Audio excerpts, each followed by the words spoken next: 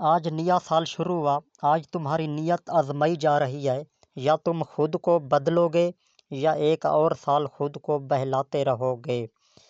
مولا علی علیہ السلام کا یہ جملہ سن لو، یہ پورا سال تمہارا رخ بدل دے گا۔ سال کا پہلا دن انسان کو صرف ایک نیا کیلنڈر نہیں دیتا، بلکہ نیا موقع دیتا ہے۔ مولا علی علیہ السلام فرماتے ہیں کہ انسان کی اصل پہچان اس کے حالات نہیں، اس کے فیصلے ہوتے ہیں۔ جو شخص وقت کے بدلنے کا انتظار کرتا ہے وہ ساری زندگی انتظار ہی کرتا رہتا ہے، اور جو آج خود کو بدل لے وقت اس کے حق میں جھک جاتا ہے۔ مولا علی علیہ السلام ہمیں سکھاتے ہیں کہ گزرے ہوئے دنوں پر افسوس کرنا کمزوری نہیں، مگر ان سے نہ سیکھنا سب سے بڑی کمزوری ہے۔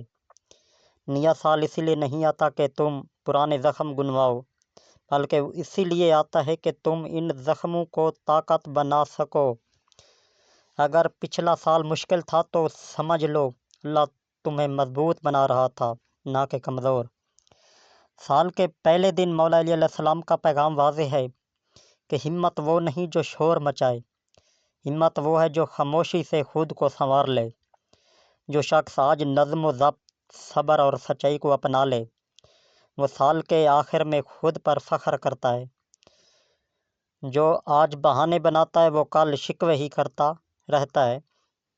آج اپنے دل سے ایک وعدہ کرو، حالات جیسے بھی ہوں راستہ نہیں چھوڑو گے، کیونکہ مولا علی علیہ السلام فرماتے ہیں جو اپنے نفس پر قابو پا لے وہی اصل فاتح ہے۔